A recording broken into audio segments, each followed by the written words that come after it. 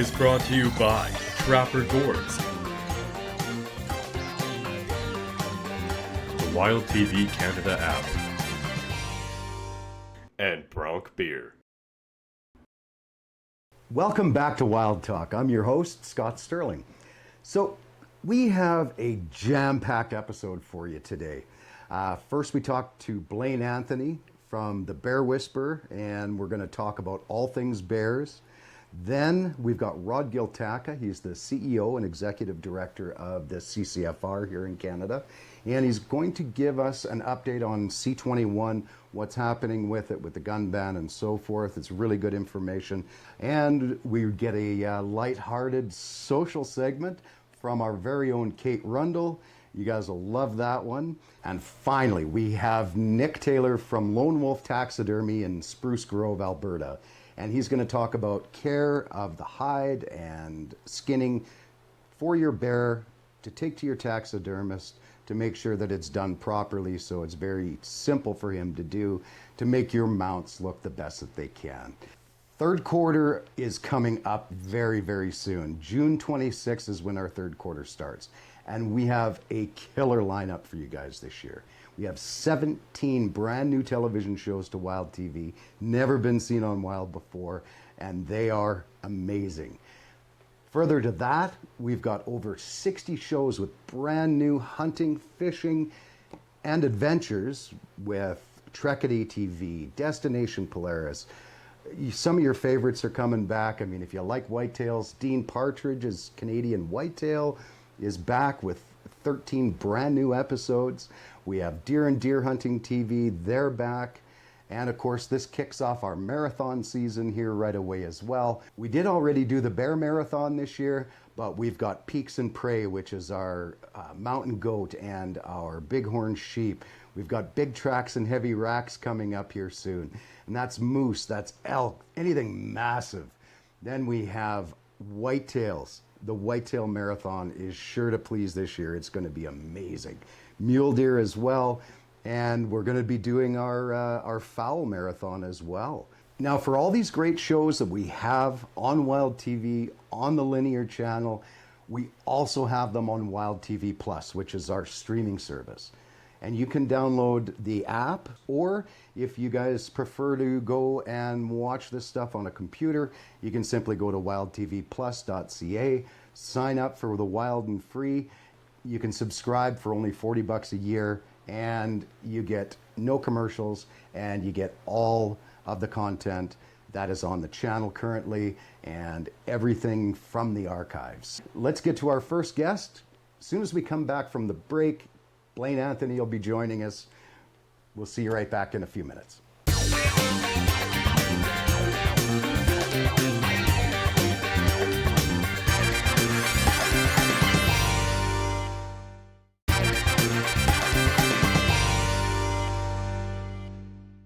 Thanks for joining us on Wild Talk again. Our next guest needs no introduction. Blaine Anthony from the Bear Whisperer television show. Blaine, how are you, my friend? It's been a long time. How you been? Good, man. Really, really good. Really, really busy, but really, really good. Absolutely. Yourself? Just crazy busy, which is a good thing. And you've been bear hunting for, what, 27 odd years? When did you start bear hunting?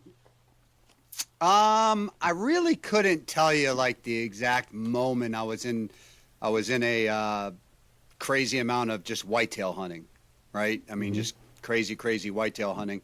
And it's believe it or not, it's like probably like a lot of places, but it's pretty hard to hunt in Maine because you need property that has bears. There's lots of bears, but that property's leased up. Right. Everybody wants a piece of bear hunting property, all the guides. So it took me a long time, and I finally started guiding, got my guide's license, and another guide said, "Hey, you want to just sit on any one of my baits?" And that was kind of the first time I ever went hunting, and I got a bear that night, and I was just amazed and hooked at, I remember just leaving the tree going, that thing was thinking. Like I always feel like a whitetail's running off of pure genetics and instinct, where I felt like the bear was thinking. when it came in, everything it did. And so I got intrigued, forgot about whitetails, and got into the bears. And never looked back. You ran your guide service for what, 12 years or so? Yeah, 12 years. Yep. And then what was your next step into the hunting television world? Well, I kind of when you're guiding, and I'm sure all the guides out there you don't really hunt what you're guiding, right? So you're not out there, right, passion crazy sitting in stands. You're working, and you're trying to get other people bears and stuff like that.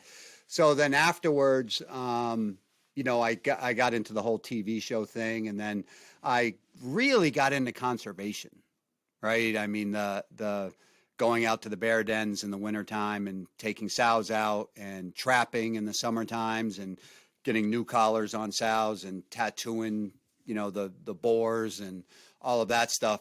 That was like way more intriguing to me. And that kind of started the whole, getting into the biology of bears and right, the unique things about them and all that stuff. So that's kind of, how it all started, and, still love it.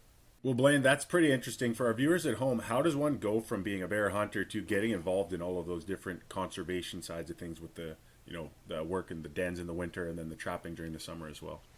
Well, I'll say I actually got lucky, because you almost have to experience something before you become addicted to it. You know what I mean? So we were doing this Bear Whisperer show, and we didn't want to show hunting bears over bait. That was the whole goal, to do 13 episodes and never show hunting bears over bait, because everybody's doing it. And it's not rocket science, right? I mean, I tell everybody, it's like, guide is a little stretch. I walked donuts to a tree, I put them down, and I walked back to my truck, and then I dropped you off. That's my whole guiding experience, right? So I always say guiding's a stretch. So we're trying to do these 13 episodes, so we were doing some calling episodes, and we were doing everything we could do. And then my cameraman calls basically the state of Maine and says, hey, we want to go. He saw a TV news thing about the bear biologists out there. And so he called, and they were able to take us out. And after that, it's like I became really good friends with all the biologists. And when I went the first time, I'm like, this is way, way cooler than hunting, period. The first time you put one of those cubs in your arms and all that stuff is just, honestly, just being a student out there, learning, from those guys that are, I've always said I'm not the smartest bear guy. I'm just smart enough to hang out with the smartest bear guys. So those guys they forgot more than I'll ever know. Mm-hmm. I mean, every time they open their mouth, I go, what? That can't be true. Like it's unbelievable. So yeah, it's and I've just been addicted to learning about bears ever since then. I mean, I've seen some pretty crazy clips on your show, Blaine, of you crawling into dens and dragging bears out and stuff people would never ever think that is actually done in the name of conservation. Yeah. If you could pick that one time that you thought for sure you were in some serious trouble, going into a den, tell us about that time. I got to be honest. I don't really think there's been like any, for me, there hasn't been. Yeah, I can give you 5 hunting stories where, a bear had a broadhead in it and he wasn't happy. And, one where the bear actually jumped on me and so on and so forth. But in the dens, they're actually pretty, I'm going to say 99 out of 100 dens, they are just mellow. And then, I've aired some stuff where they're, the sows are coming at you and stuff like that, but I've never actually been there for that. So, it's just, I guess I've been lucky, to say the least. I mean, I've had some, Randy Cross, who's the main bear biologist, used to be, he's retired now. He used to call them El Diablo cubs. And I've had some El Diablo cubs where you don't tranquilize the cubs. And if they come out and they're, 20 pounds and they're trying to kill you with full-size claws, that stinks. I mean, they will muckle onto you and game over. I bet. It's like a tomcat getting a hold of you. Well, exactly right. We're gonna break and go to commercial real quick, and we'll be right back with Blaine Anthony from the Bear Whisperer.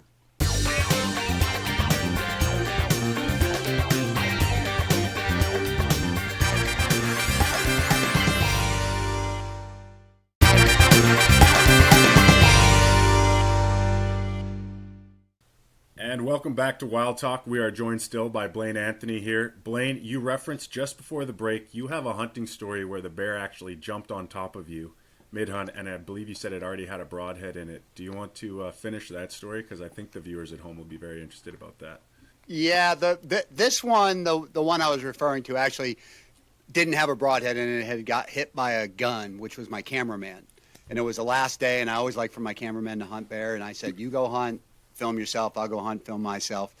We both shot bears that night. When I went to pick him up, this is in New Brunswick. When I went to pick him up, he's like, I hit one, it ran up. I got to make this a really short story. But we tracked that bear for 2 miles up the side of a mountain. I came up on it finally with my flashlight, and it was in a gully behind a pine tree, kind of like a little notched out thing, and it was just laying there. But I could see blood. So on TV, we got to hide all that stuff, right? So I told my cameraman, come over here, give me the video camera. I'm going to flip the bear over to the other side, and then you can come up and do the recovery, poke it, do all the stuff we do on TV. So I had the video camera here, I had the flashlight in my mouth, and I reached down to grab the bear between its ears to kind of like flip him up to get him on not so a bloody side. And those things are acrobats, bro. He came straight up 180 and just landed on my chest. And You're kidding. I'm kicking. I thought I was screaming, but the video evidence says I was not screaming. Because everybody's like, what'd you do? I said, I screamed like an 8-year-old girl is what I did, but I didn't actually do that. Turns out I was actually screaming at my cameraman because he shot in the fight. And I'm like, dude, the bear might send me to the hospital. The bullet will kill me. Mm-hmm. So don't shoot again. I said that. That's the politest way I can say I was screaming from the bottom of the fight. Mm-hmm. Told my cameraman to quit shooting. I kicked the bear, got him right in the stomach. He flipped around, turned, and ran back up the side of the mountain. We did end up getting the bear that night, but I thought for sure he was, obviously wouldn't grab a bear between the ears that was fully alive. Some might say that would be not a great idea to grab a bear by the ears. No, that's where poking it in the eye first is legit. You know, someone would have known at that point. Yeah, with something like a bear, the poke's definitely important. Question for you, Blaine. You referenced earlier some episodes where you're doing a lot of calling for the bears, and with a name like the Bear Whisperer, I recently just got into bear calling a little bit recently. Do you have any tips or tricks for our viewers at home? Things that you found overly successful for that side of things? Yeah, I mean, I would say like there's some killer callers out there that like get it done. You know what I mean? And springtime, man. You know, that's the biggest thing, and cub in distress. Those are the two, like, you know, I've done it in New Brunswick. It happened for me once in New Brunswick. But most of the time it's like super tough. It's like hunting coyotes in the middle of thick woods. It's just really hard. They're going to bust you before you ever see them. Bears are kind of the same way, maybe even worse, because they'll smell you before you ever see them. You know, if you can get in the beginning of June, second week of June, when the boars are literally running around trying to kill the babies to bring the sow back into heat, and then sound like a cub in distress. For some reason, that's always been the best thing. And even sows will come running in to save the baby. So there just seems to be a lot more action with that one call than anything else. And I've seen and tried, you know, trying to sound like beavers in a pond and all this other stuff. But the only thing that ever seems to work for me is the cub in distress and that time of year. You know, and people do it in the fall. People do it all kinds of different ways, obviously, but like for me, that's the best, you know, method I've seen, and the time of year seems to be super key too. That first 2 weeks in June is just magical in calling bears. Well, definitely keep that in mind. It's not something I've actually ever tried, but it's something I think I'd like to give a kick at the cat this year for, anyways.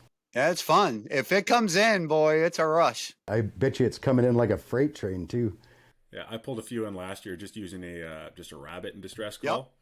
Yep. And at first they're very apprehensive and unsure, and you got to play it really safe. But by the end of it, like once they flick that trigger and they're in like eat mode, I was standing up with one of them. I mean, it was kind of an immature boar, and I'm standing up and waving at him, and he was still licking his lips coming in. Oh, yeah. Like, he didn't care. I was giving myself away, and he's like, nope, there's a meal there. I'm coming for it. At first, though, I had to be really careful and hide and kind of call.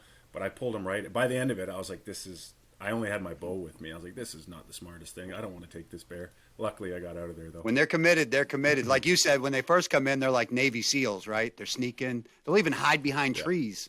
When you're doing the calling, Blaine, and Joe too, are you guys calling from the ground, or are you calling from a tree stand? What location between those two works the best? I've only hunted from the ground, and I typically love to find, which you can't do like way up, way in the west or even way up north, but I love to find like rocks, big rocks to just put my back up against, just like if I was hunting turkeys, really. That way, I'm not worried about anything jumping on me from behind or having to even pay attention to that. But yeah, ground only for me that I've done. And, Joe, it's funny. I got video of exactly what Joe was talking about, coming in, then commit. And then I literally can't scare them away, once they're in. Oh, that's awesome. It's something I've always wanted to try, and I think I am gonna try it this year. All right, Blaine, we're out of time, man. Thank you so much for joining us. I want to leave with or close out with one thing. You have a new show coming up called Blaine's Real World, and it's hitting Wild TV Q3 of 2023. Do you want to give us a little sneak peek about it, or do you want to just keep it a surprise? Yeah. I mean, you guys are going to have the premiere. No one's going to see it before your viewers, so that's cool. But it is going to basically be the inside of hunting television. That basically the viewers are going to see it all. The bull dinky, the real stuff, the fake stuff, the cameramen. So it should be somewhat real. Everybody always says, we're going to show it the way it really is. I'm going to show it the way it really is. I promise you. Awesome. Well, I look forward to seeing it, man. And as always, Blaine, it's a pleasure to have you on, and we'll definitely have to have you on again. All right. Thank you, guys.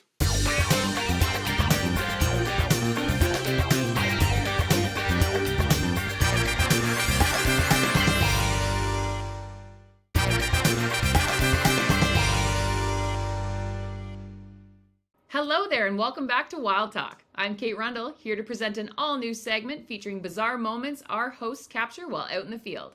For this week's episode, we've hunted and gathered some unbearably funny encounters to show you in 3, 2, 1. Steve saw some bear action, but it wasn't the kind of bear action he had in mind.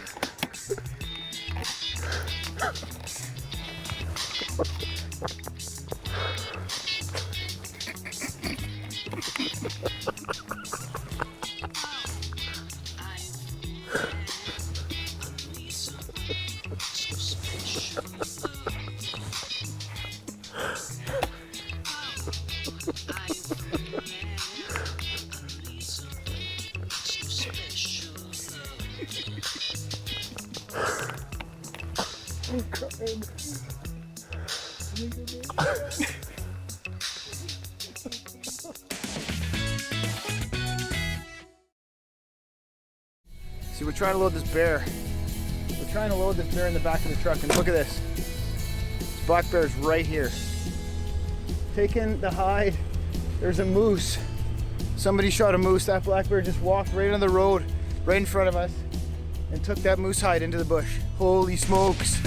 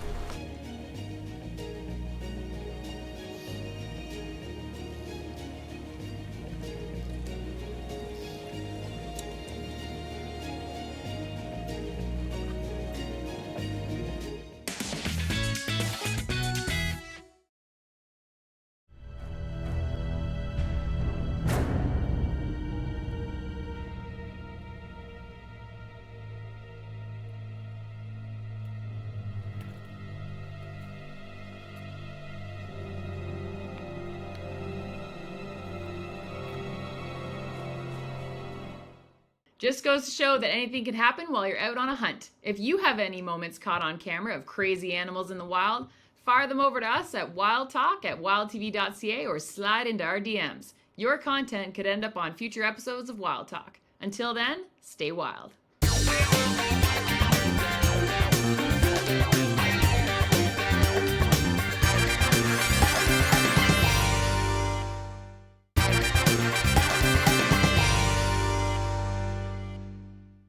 Welcome back to Wild Talk. This man and our next guest needs no introduction. Rod Giltaca, CEO and Executive Director for the CCFR. Rod, thanks for joining us again. How have you been? It's been a while since we've had you on the show.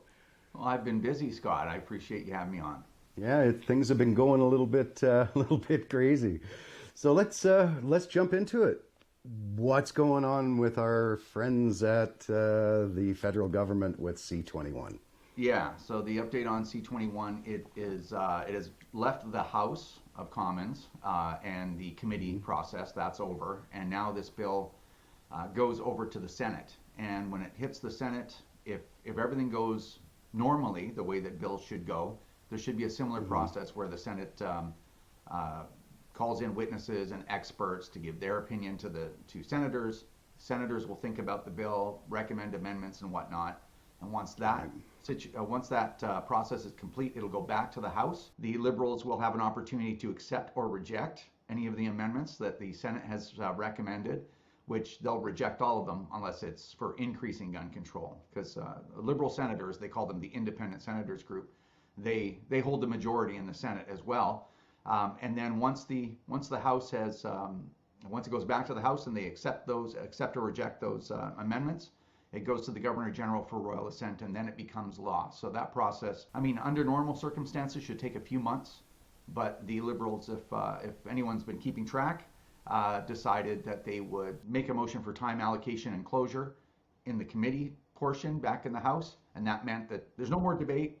If you don't vote or you don't vote in time, everything's passed automatically. So the process has been disrupted, but the bill continues making its way through. All right, so what does this mean now for, seeing as how they're trying to obviously push it through, skip the democratic process and jam it down everybody's throats? Where we're at right now, Rob, where does it leave Canadian gun owners and hunters and sport shooters? Well, nothing has changed other than the multiple orders in council, right? The handgun ban, the May 2020 gun ban, all those things still stay in place. So, you know, when we talk about all these things about Bill C-21, we're fighting to stop these things from happening because they haven't happened yet. But if, depending on what happens at the Senate, if the Senate process is allowed to happen, them getting their own witnesses and discussing it, because the Senate, if you know anything about the legislative process, the Senate is that sober second look at bills and legislation before they become law, right? Because as you know, this is entirely a political process. And they are supposed to be the check and balance there, where they're like, okay, well, we know there's a bunch of politics going on in the House, so we're going to have a second look and make sure that you guys are doing your jobs. Unfortunately, in reality, you know, if there's a majority of senators that are Liberal appointed, then they just kind of rubber stamp things through. But I guess all that to say, long story long, is that if a proper process is observed in the Senate, then it'll still be a couple of months worth of work, which will push us into summer. The Parliament and government, the political aspect of government, resumes its work sometime in the middle to late September. So you could be looking at Bill C-21 and all of its amendments would become law somewhere around maybe October, November of this year. Mm-hmm. Okay. Now, you guys have got something going on that you're doing to try and slow this down. Can you tell our viewers what that is, how you guys are going about doing it? You know, obviously, if you can, and where that is at right now. Well, to slow the wheels, obviously, it's, you know, we might call it slowing things down, but at the same time, what we're really doing is we want there to be a proper examination of what it is they're actually doing. Right, to actually go through that democratic process the way it's supposed to be done, instead of trying to stuff things through behind everybody's backs, right? well, yeah, we want to participate in it, right? Because, Right. you know, the CCFR does not represent all gun owners, because gun owners aren't some identifiable group that is where everyone is exactly the same. But we probably represent anywhere from 1 to 200,000 gun owners, which is a pretty significant number. And we believe that gun owners should be represented in this process, and we want to be part of that, obviously. And that does slow things down, but you know, this is a very consequential bill. It's probably the Liberals like to tout this as the biggest step forward in gun control in a generation, as if that's what they're doing is beneficial to Canadians, when in fact this is the largest and most aggressive gun ban we've ever seen in the history of the country. This really opens the door and sets a precedence for the government to go grab anything that they don't like you having. Well, for sure, and it's I think it's very easy to get caught up in the politics of it. You know, like Liberals are pro-gun control, and Conservatives, you know, want gun owners to be treated fairly and everyone to be treated fairly, and whatever. You can get all into the politics of it, but at the end of the day, taking firearms away from licensed gun owners is not a benefit to public safety. Like, anyone that's really serious knows that. And to take property from people just for political convenience, you know, to cover up the fact that Canada has gotten wildly more dangerous since the Liberals took over. Like, 92% increase in gang activity. Like, gang activity has doubled. And a 34% increase or 32% increase in violent crime, which is a lot, right? There's hundreds of thousands of instances of violent crime of varying degrees in Canada per year. So it's very, very convenient for the Liberals to say, well, that's because, you know, you're wearing plaid and you got a pump action shotgun, you're a bird hunter, and I'm a sports shooter, I've got my terrible AR-15 and my other semi-autos. You know, we're the reason, right? So, but anyway, the point I was trying to make is it's very easy to get caught up in the politics, but you have to kind of look a little deeper and go, well, wait a minute. For the past over 3 years, since the OIC in May 2020, I haven't been able to use my guns, but I still possess them. And how has that made Canada safer, right? I can't take my guns to the range, my rifles that were banned, but I still have them. And so how's that just to me? And how does that improve public safety? So it's actually a really bad thing, and that's why we're opposing it, right? It's not all political. Rod, we're just going to take a quick break here, a quick commercial break, and then we're going to be back with some discussion about the amendments and talk in depth on what's happening with the lawsuit against the federal government for these gun bans.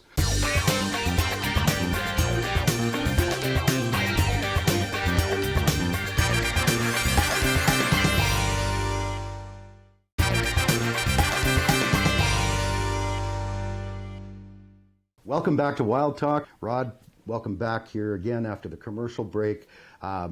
We were chatting a little bit just before the break about what's going on with the democratic process, or lack thereof, obviously.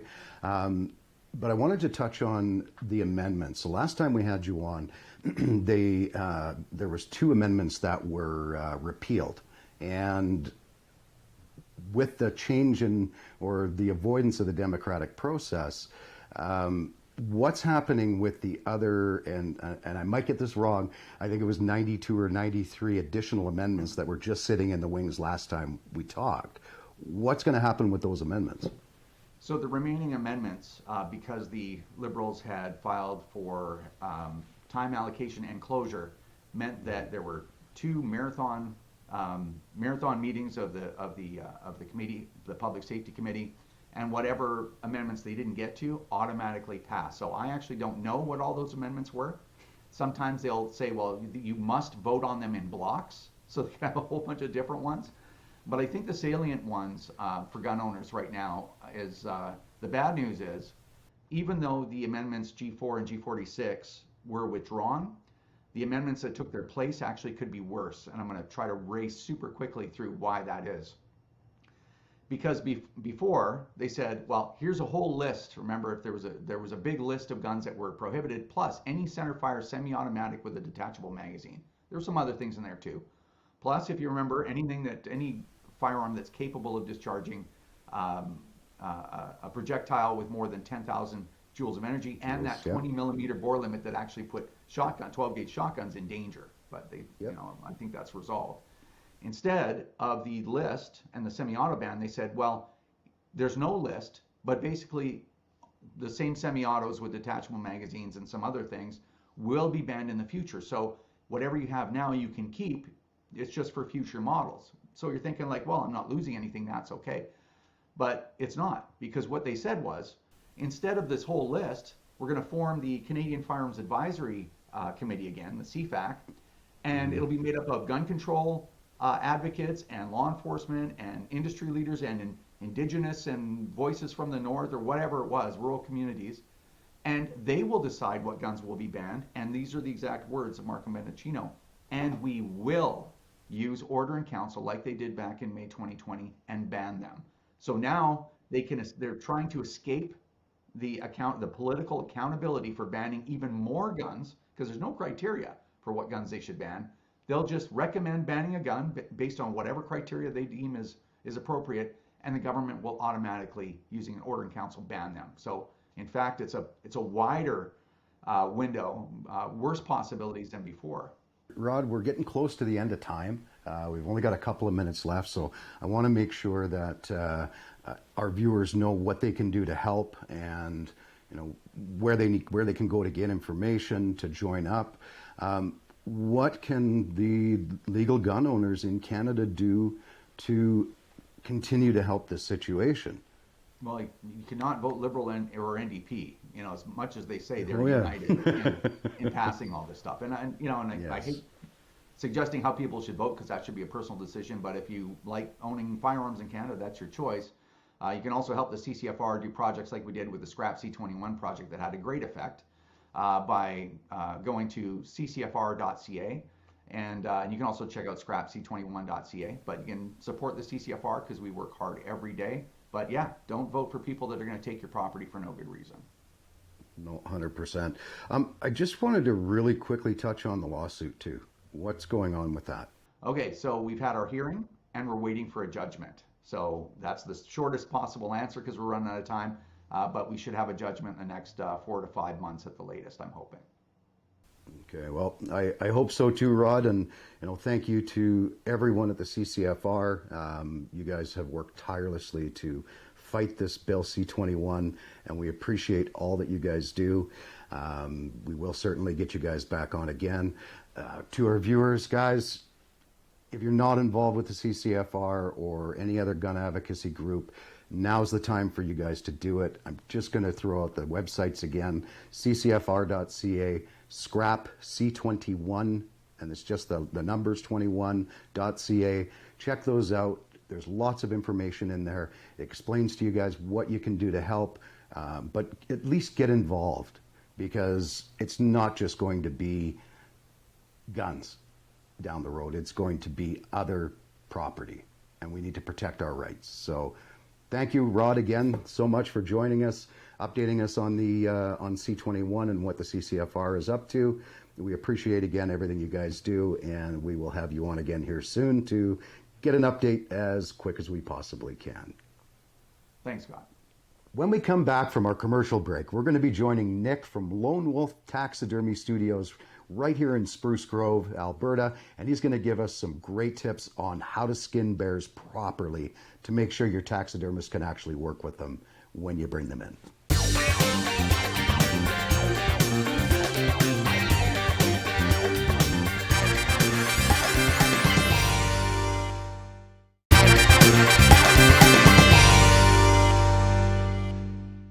Welcome back to Wild Talk. Our next guest needs no introduction. Nick Taylor from Lone Wolf Taxidermy and Supply, right in our own backyard of Spruce Grove, Alberta. Nick, how are you doing? It's been a bit since we chatted last. Hey Scott, yeah, it's been busy. Springtime with catching up on the work in the shop and everybody else's demands, the other taxidermists. Yeah, it's been busy, but spring bear's kind of wrapping up here soon, so. Yeah, it's getting close. It's getting close. Well, with Alberta extending their black bear seasons this year for, I think, most, if not all, of the WMUs. Obviously, you'll have to look at the regulations to make sure, but most of the WMUs in Alberta have been extended to June 15th. So this is really timely because a lot of folks are going to be knocking down some really good bears. And what I was wanting to get you to tell our viewers is, what is the best way to prepare that bear, skin that bear, in order to get it ready for you to do the mount or do a rug or even just dry tan it? Depends on what you're looking for in a bear like that you shoot. Some guys are just strictly for meat, and they'll either donate their fur or whatever. Great thing with a bear, there's a lot of options. So like I said, you got a rug, you've got a shoulder mount, a half mount, full mount. You can do just a dry tan where it just hangs on the wall. There are the options to just do the back skin. You can use it as a throw on your couch. If it's going to be a rug, you're going to want to go up the belly. There's lots of diagrams online. Go up to as far as the throat, just for ease of getting that thing skinned out. And then ideally what you would do is you go down. Bears have a hairline. And you can kind of see it at the tip of their elbow. You'll kind of try and follow it down there. It's a bit of an advanced skinning technique to get the paw out, to turn that inside out, but it's okay if you just knock it off at the wrist joint, and then the taxidermist can get it figured out from there. I've skinned out the paws before. It takes quite a while to do it properly. And do you prefer to have the paws left in with the bone, let you flesh them out, or? Yeah, I think any taxidermist is going to say the same thing. Yeah, just leave it in, because they'll try and take it out, and it's easier for us to do it. We can get it out in just a couple minutes. And do you want them to leave the skull in as well, Nick, or? Ideally, yeah. Just because it is a little bit tricky getting, especially you want to get close to the bottom of the ear butts when you're pulling the hide over the skull. Trimming around the eyes, you want to make sure you leave a lot of the inner eyelid. It gives the taxidermist something more to work with when they're tucking that skin. And then it avoids excess holes in the face and just extra work for us kind of thing. Yeah, what about the hide? For care, working on the hide, like preserving the hide to get it to you. I know we talked about this for whitetails and such back a month or two ago. Is there anything different with a bear hide that you should do? The hides are a lot more temperamental and sensitive. They've got a lot of grease and fat in there. They can spoil really quickly. So once you get it skinned out, ideally keep it cold, keep it clean. Again, wash the blood. If you're going to be in the bush for a couple days, there are a couple products you can take with you to minimize any bacteria growth. But just get it clean, either in a creek or river. Get that excess blood out. Do not salt it, and then stick it in your freezer. Just keep it clean and cool. So that's an interesting one, because we know, like I know lots of guys that say that salting is the way to go, and I got lots of guys that say don't salt. Why don't you salt the hide? Decrease the chance of bacteria growth. So that's why people think that's the best thing to do. But a lot of people will salt it, and then they don't have time to get to the taxidermist, so then they stick it in their freezer. And now you've got a hide that's going to freeze really, really slowly or not at all. Mm-hmm. And then it's going to ultimately cause fur slippage. So don't salt, causes fur slippage. Just don't do it. It's pretty simple. Yeah. Now, my next question for you, Nick, is do you have different techniques that you use that nobody else does that you'd be willing to share? Maybe that one special technique? I wouldn't say so much in the field, but during my preparation of the hide, like once it's in the shop, during the tanning process, extra diligent to get all the grease out that I can. The pickling stage of the tanning is really important, and I have several products that I use for the degreasing process. Right. So I'll pull it out from pickle and do. I probably pickle my bears 2 to 3 times prior to putting that hide in the tan, and that just I've usually had almost always had good results out of it, and provides a good product. Excellent. Well, Nick, thanks so much for joining us today. We're running low on time, so we're going to have to cut this off pretty soon. But before we go, how's Julie's mule deer coming along? It's actually in the tumbler as we speak. I'm pulling it out today to prep that hide, measure it up, and I will be in touch probably in the next couple days to talk about poses and whatnot. So she's very excited to get it back. yeah, we'll talk here in the next few days. And Nick, again, thanks so much for joining us. And we'll see you again on Wild Talk.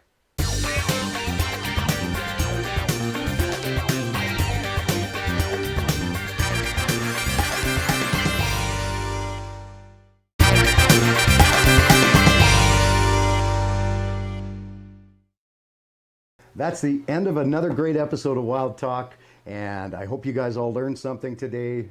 Thanks to Rod for updating us on Bill C-21 and what we can do to get involved. Blaine Anthony, thanks to you, man. Some great tips on bear hunting. Nick, taking care of your bear hide in the field, where to cut, what to do. You know, the one thing that's super important to me and to many outdoor enthusiasts, and I'm guessing most of the folks that watch our show and watch Wild TV, is getting the kids and new people involved in the lifestyle, in hunting and fishing and outdoors. So summer's coming up on us real fast. Soon the kids will be out of school and they'll be looking for something to do. Take a kid fishing, get out there. Drop a line in a lake, drop a line in the water, in a river, in a stream, take up fly fishing, who knows, take up archery even is a great sport to do in the summertime. But I want to do a shout out here right now to our friends at the Alberta Conservation Association. Each year these folks put on an event called Kids Can Catch, and there's a whole bunch of locations. Make sure you go to their website, it's on the screen right below here, and check out the dates of these events. But what they do is there's volunteers everywhere. You bring your kid out and new anglers, they'll show you guys exactly what to do, how to bait a hook, how to cast, how to fish, what to do with the fish after you've caught it. And they're just an amazing group of people who are all working towards the same thing, furthering conservation, furthering education here in Canada, in Alberta. So ACA, thank you guys for putting on these events. Be sure to check those events out. Again, Alberta Conservation Association's website is on the screen below, and go check out the events. Actually, Wild TV is going to be attending a couple of these events this year, so look for some more information on our social media pages. And speaking of social media, we love to see pictures and videos of all of our viewers and the great times you guys are having in the outdoors. So when you're posting on social media, our Instagram and Twitter handles and TikTok handles are below, as well as our Facebook page. Tag us in everything. Let's see the great times you guys are having in the outdoors, and we'll share them with our social media platforms. So thank you again for joining us on Wild Talk, and we'll see you again next time. Wild Talk is brought to you by Trapper Gourds, the Wild TV Canada app, and Bronc Beer.